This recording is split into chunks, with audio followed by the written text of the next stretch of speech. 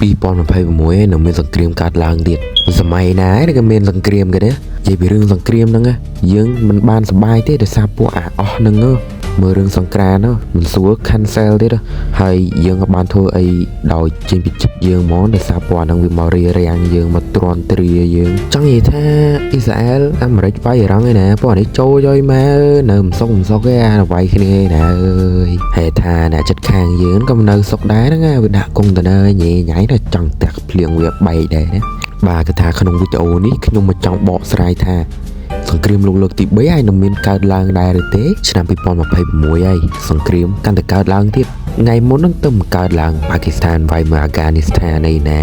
ហើយចិនរកវាយតៃវ៉ាន់ហើយរុស្ស៊ីអ៊ុយក្រែននៅវាយគ្នាទៀតពួកអានេះអត់តន់ឈប់មែនណាបងប្អូនគ្នាសោះអើយអាចង់វិញហើយឥឡូវមកអ៊ីស្រាអែលវាយអ៊ីរ៉ង់ឯណាអើយអាមេរិកនេះមែនណាបាទវីដេអូអត់មានអីច្រើនទេគ្រាន់តែថា